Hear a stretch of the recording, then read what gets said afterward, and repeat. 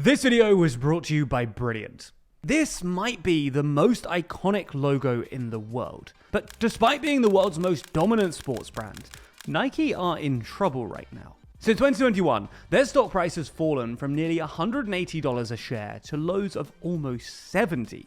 The company also experienced its worst ever day in trading this June, when Nike's market capitalization lost $28 billion of value in a single day. This means that Nike lost more value in one day than the entire value of Under Armour. In fact, 8 times more. The most obvious cause of this decline was that Nike had just told investors that sales were down 2% and that they expected a 10% year-on-year decline. But just bad sales doesn't quite explain it. Something's been happening at Nike for a while now that's been chipping away at their market dominance. So in this video, we're going to unpack the main reasons that Nike are in trouble right now, and if they'll actually be able to bounce back.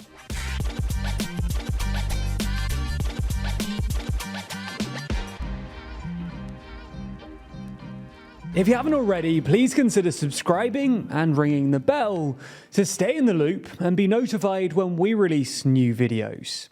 To understand all this turmoil, we need to rewind to before the stock drop. Back to January 2020, when John Donahoe took over the reins of Nike from longtime CEO Mark Parker.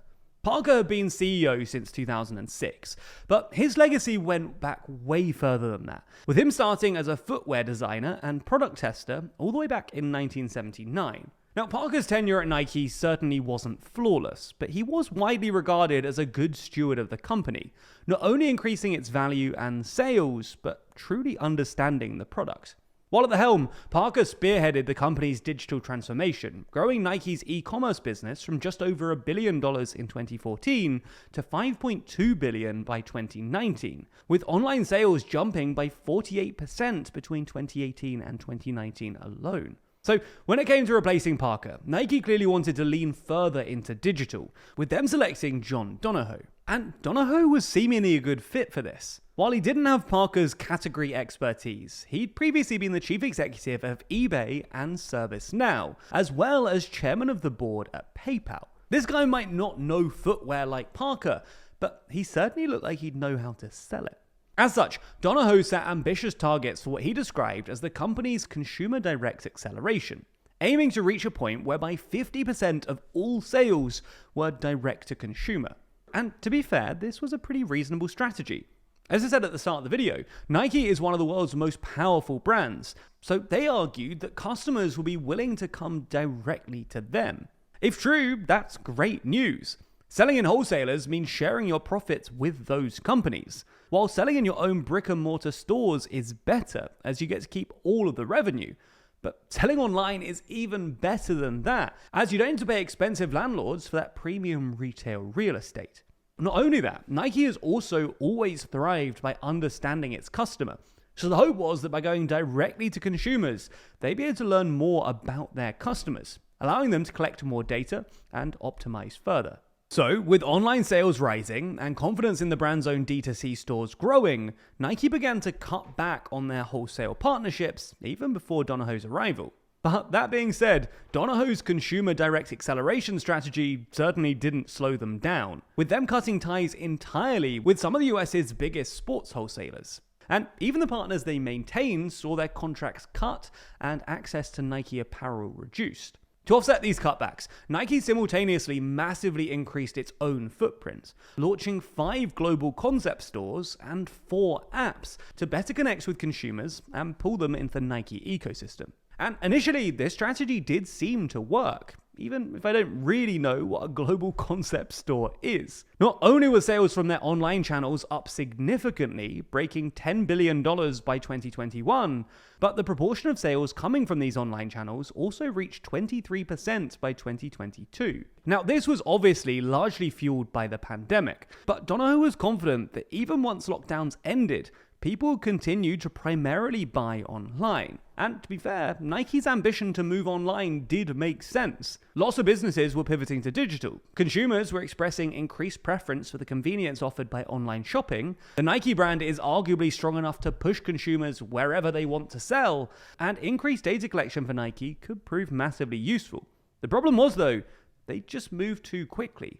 D2C sales did indeed rocket during COVID, but this pandemic-induced bump does distract from the broader trend, because once people returned to normal and were allowed to shop as they wished, many did return to the wholesalers that Nike had left, and in their place, they found new upstart brands. That's because in an effort to fill the shelf space Nike had abandoned, many wholesalers not only gave more space to established players like Adidas and New Balance, but they also took a shot on upstart challengers, the likes of Hoka, On Running, and Asics. Now, customers might have initially been disappointed when they found stores lacking Nike products, but these newer players very easily stepped into the void. With new approaches, more innovative products, and better social media strategies, the likes of On Running really capitalized on the gap left behind by Nike.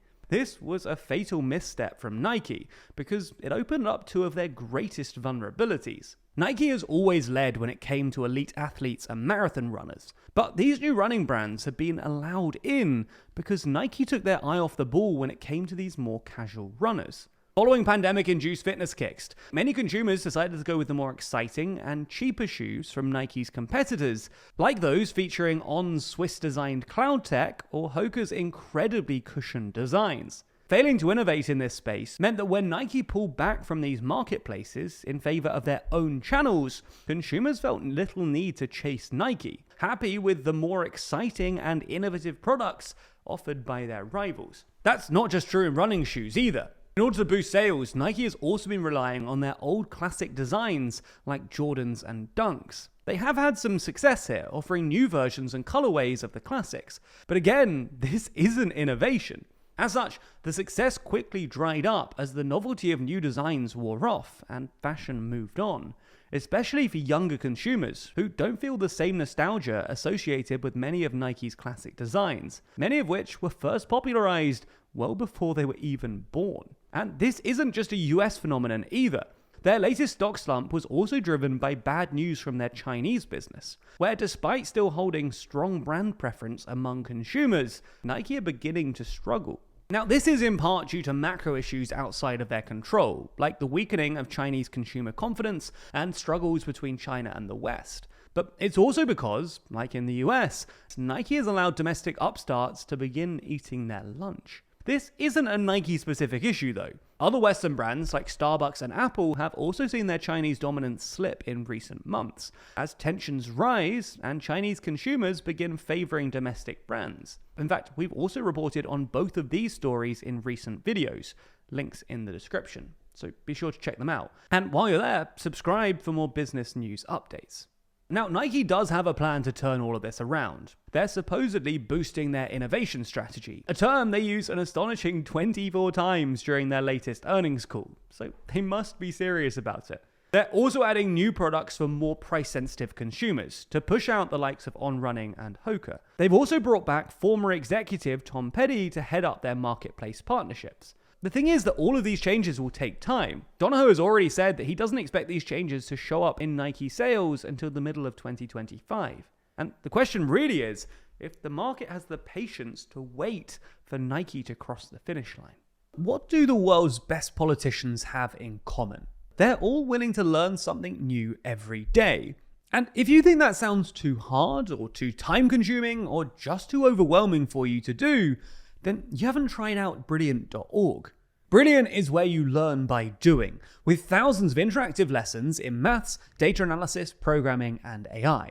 Like I said though, the real value here is that you can do this easily every day, truly committing to lifelong learning.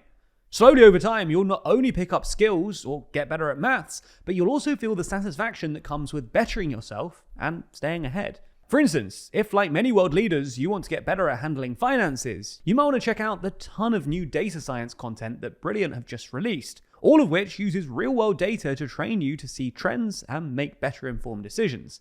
And they're perfect for learners of any level to start or continue learning data analysis, with a full suite of new content covering data visualizations, algorithms, regression models, and more. Plus, you can gain additional insight by working with real data sets from sources like Airbnb, Spotify, Starbucks, and more. To try everything that Brilliant has to offer for free for a full 30 days, click the link in the description. Plus, if you do that, you'll get 20% off Brilliant's annual premium subscription. And they'll know you came from us. Thank you.